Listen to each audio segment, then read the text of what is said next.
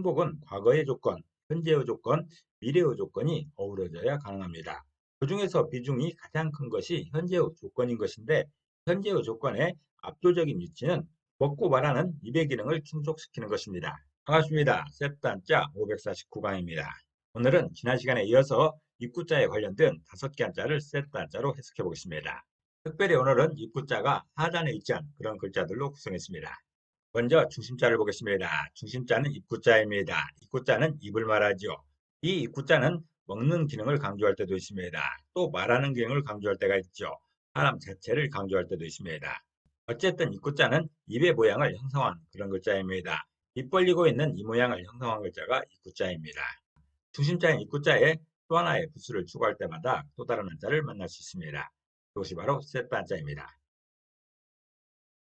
중심자인 입구자가 포함된 첫 번째 관련자는 향할 향자입니다. 향할 향자는 향하다는 뜻도 있고 나아가다는 뜻도 있죠. 이 향할 향자는 삐침별자와 막을 경자와 입구자로 구성되었습니다. 그 중에 삐침별자는 비롯되는 것을 말하고 있습니다. 막을 경자는 일정한 공간으로 해석합니다. 또 입구자는 입을 말하는 것인데 이번에는 출구로 해석하겠습니다. 입출구의 기능을 하는 출구를 말하는 것이죠. 문을 말하고 있습니다. 그래서 향할 향자가 표현하는 그 향할 곳은 막힌 공간에 비롯되는 출구라 표현합니다. 다시 말해서 일정 공간에서 소식이 오는 곳으로 향한다는 것입니다. 향할 향자는 막힌 공간에서 비롯되는 출구, 비롯되는 출구가 향하는 곳이라 표현하고 있습니다.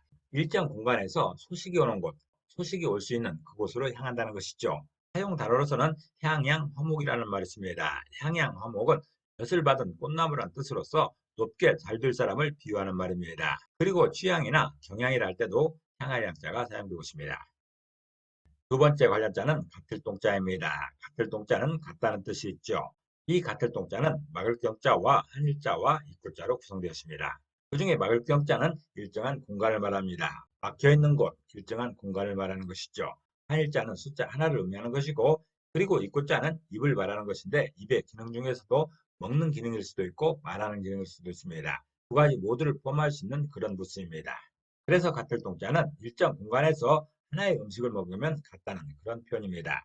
또는 일정 공간에서 하나의 말을 하면 같다라는 그런 표현도 됩니다. 다시 말해서 먹고 말하는 것을 공유하면 생각과 방식도 같아진다는 것이죠.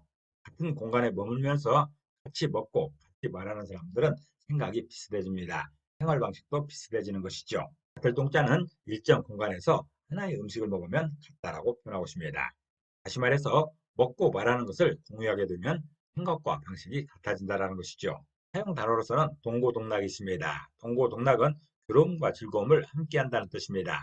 다시 말해서 같이 고생하고 같이 즐긴다는 것이죠. 또 동거라고 할 때나 동창이라 할 때도 같을 동자가 사용되고 있습니다. 입구자가 사용된 세 번째 관련자는 두루주자입니다. 두루주자는 두루라는 뜻도 있고 널리라는 뜻도 있죠.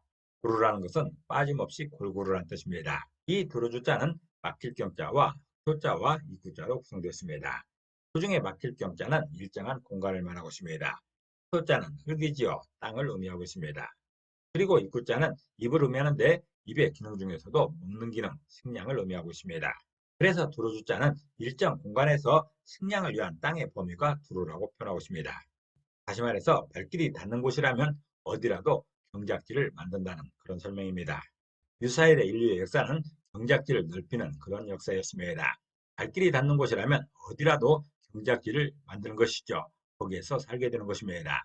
온 세상 두루두루에 경작지를 만들어 그곳에 살게 되는 것이죠. 두루조자는 일정 공간에서 식량을 위한 땅의 범위가 두루라고 표현하고 있습니다. 발길이 닿는 곳이라면 어디라도 경작지를 만든다라는 그런 설명입니다. 경작지가 펼쳐진 모든 공간을 두루로 표현하고 있습니다. 사용 단어를 보면 용이 주도라는 말이 있죠. 용이 주도는 어떤 일을 할 마음이 두루 미친다는 뜻으로서 무슨 일이든 주의와 준비가 완벽하여 실수가 없는 것을 말하고 있습니다. 또 주변이라고 할 때나 주의라고 할 때도 두루주자가 사용되고 있습니다. 네 번째 관련자는 창고 창자입니다. 창고 창자는 창고를 의미하죠. 이 창고 창자는 삼합집 부수의 집호자와 입구자로 구성되었습니다. 그 중에 삼합집자는 세 개의 합을 말합니다. 삼합입니다. 이것은 어울림을 표현하고 있습니다. 또 집호자는 집을 의미하는 것이고 입구자는 입을 말하는데 이번 경우에는 입의 기능 중에서도 사람 자체를 표현하고 있습니다. 그래서 창고 창자는 집에 사람들 마음이 어울리는 곳이 창고라고 표현하고 있습니다. 다시 말해서 창고는 가족 모두가 합심해서 지키고 채워야 될 장소라는 것이죠. 집의 사람들이라는 것은 가족들을 말하는 것이죠. 가족 모두가 어울리는 곳, 가족 모두의 마음이 향하는 곳이 어디냐? 바로 창고라는 뜻입니다. 온 가족이 신경을 곤두세우고 지켜야 할 곳이 바로 창고입니다. 이 창고가 안전하게 지켜져야 우리 가족의 안전이 보장되는 것입니다. 이 창고가 안전하게 지켜져야 우리 가족의 생활이 가능한 것이죠. 창고 창자는 집의 사람들 마음이 어울리는 곳이 창고라고 표현하고 있습니다. 다시 말해서 창고는 가족 모두가 합심해서 지키고 채워야 될 장소라는 것이죠. 사용 단어로서는 창름 슬쩍 지혜절이라는 말이 있습니다. 이 말은 창고가 가득 차야 애절을 안다는 뜻입니다. 다시 말해서 재산이 풍족해야 비로소 애절을 알아차린다는 것이죠. 배고픈 사람에게 애절을 요구하기는 어렵다는 그런 뜻이기도 합니다. 또 창고라고 할 때나 선창이라고 할 때도 창고 창자가 사용되고 있습니다. 입구자가 포함된 다섯 번째 관련자는 판국자입니다. 판국자는 판을 의미하지요. 문제의 장소로 해석하겠습니다. 우리들이 주목하는 그 장소가 바로 판인 것입니다. 판이라는 것은 일이 벌어진 장소나 그 장면이지요. 바로 일이 벌어진 장소가 문제의 장소인 것이죠. 그래서 판국자를 문제의 장소로 해석하려 합니다. 이 판국자는 주검 시자와 쌀포자와 입구자로 구성되었습니다. 중에 주검 시자는 죽음을 의미합니다. 죽음으로 해석합니다. 쌀포자는 싸다는 뜻이 있고 입구자는 입을 말하는데 입의 기능 중에서도 사람으로 해석하려 합니다. 그래서 판국자는 죽음 후 공포에 쌓인 사람의 장소를 판이라 해석합니다. 다시 말해서 판은 죽을 만큼 위험한 상황의 공간을 말하는 것이죠. 너무 위험한 상황이 벌어져서 죽을 만큼 위험한 그 상황의 공간이 판인 것입니다.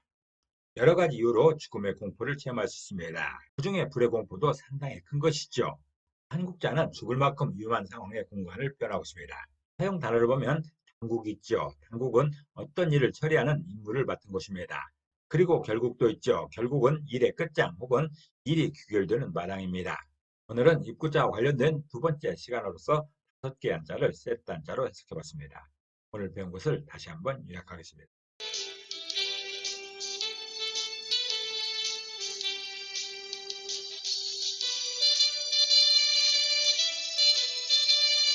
오늘도 평안을 기도합니다. 감사합니다.